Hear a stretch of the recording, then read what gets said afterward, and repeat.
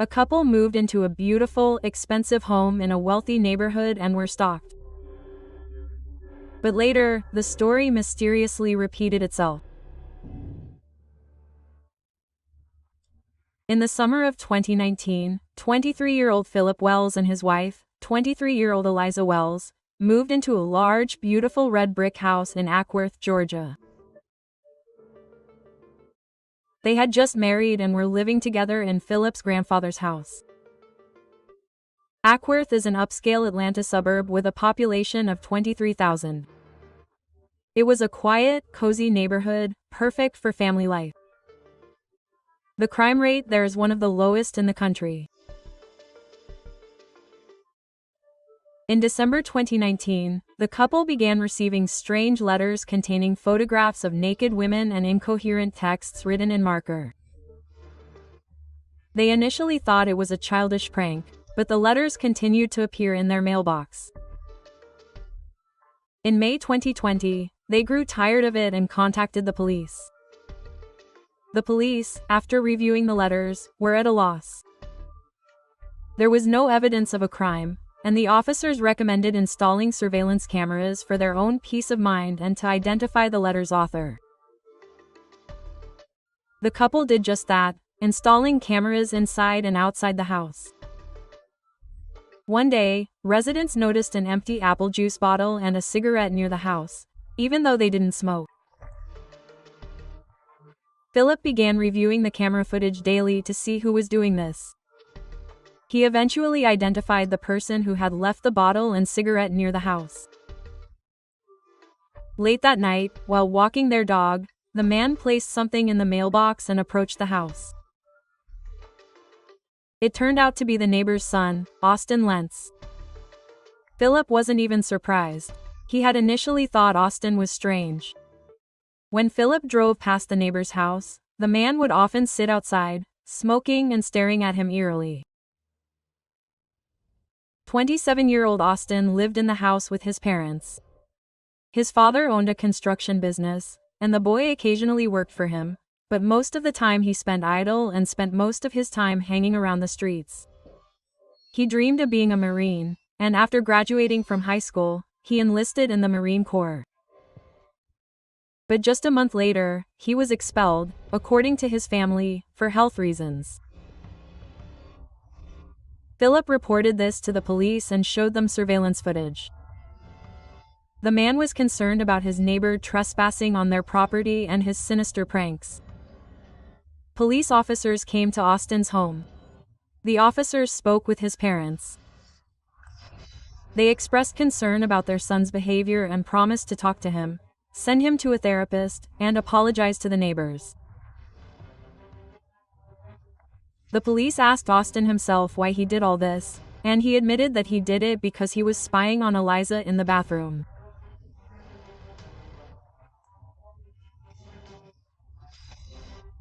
Upon learning of this, Felipe and Eliza began keeping their windows closed with curtains and blinds and filed for a restraining order, but it was denied because the judge found there was no evidence Austin posed a danger to them.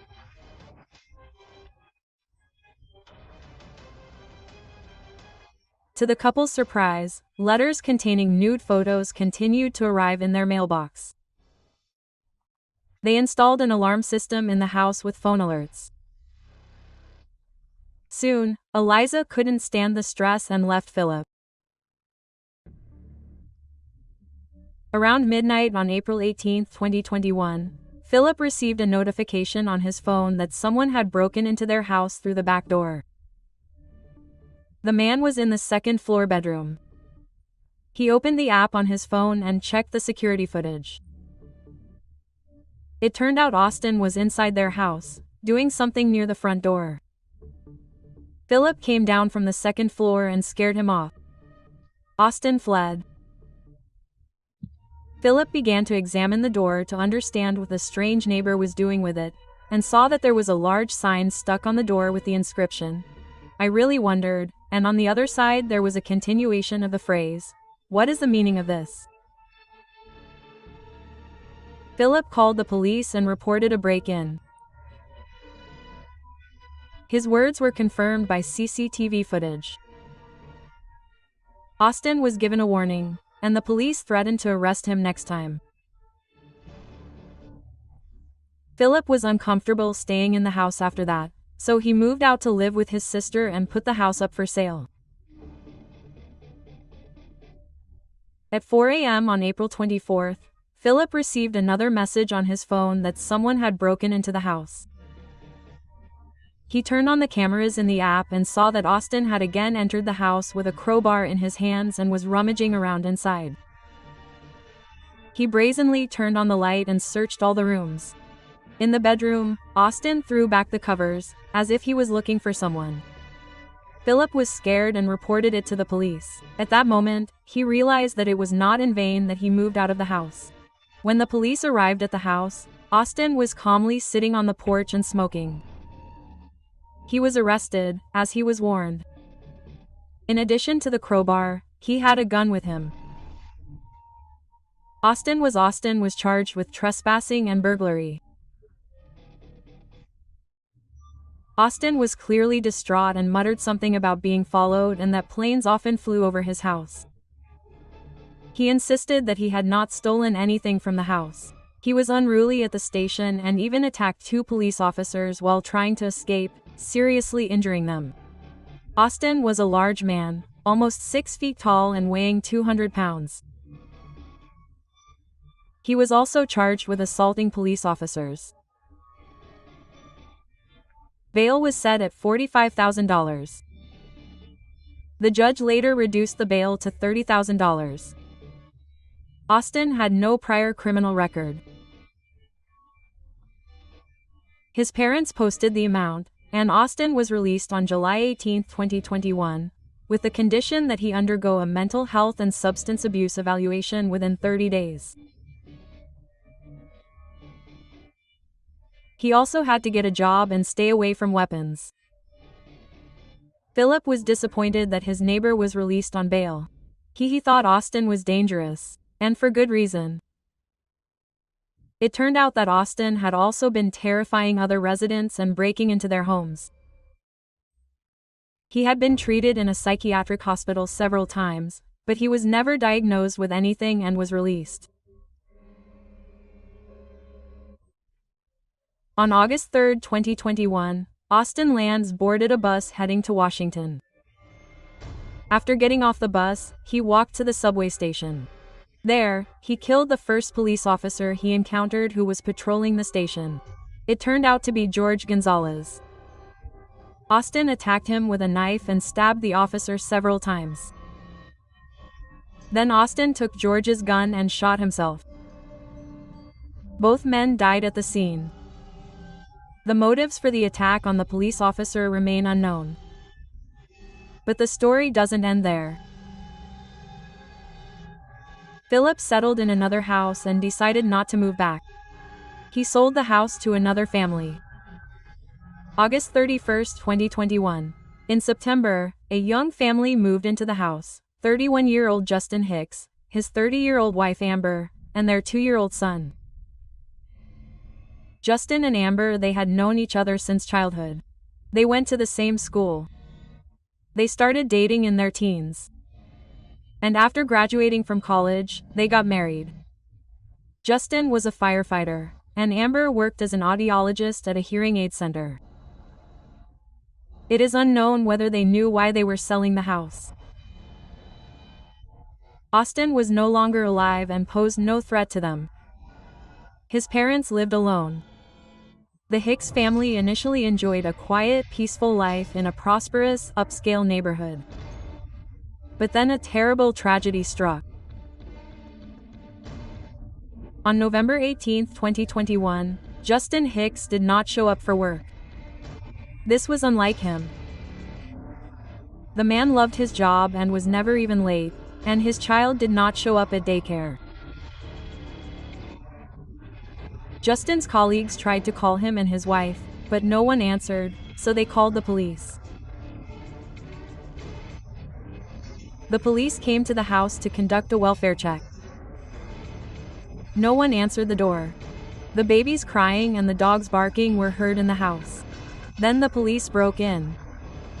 They opened the door to check what was going on inside and saw a horrific scene.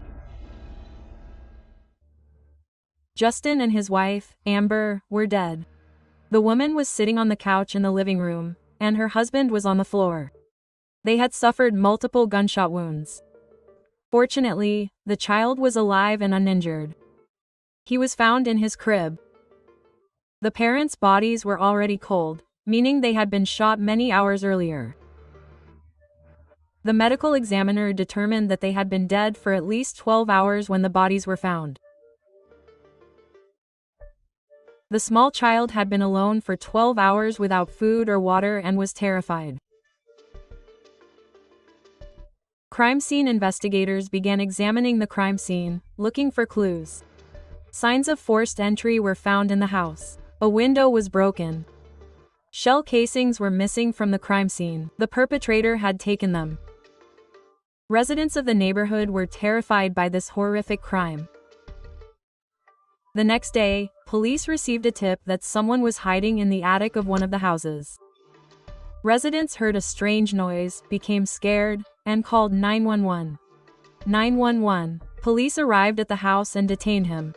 At the time of the arrest, the stranger was wearing a bulletproof vest. He acted aggressively, pulled out a knife, and attacked one officer.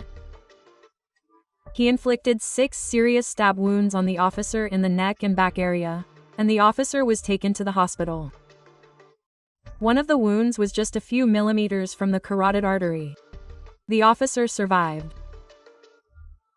The police had to use a stun gun and a pistol against the stranger. The stranger was taken to the hospital. He turned out to be 22-year-old Matthew Lenz.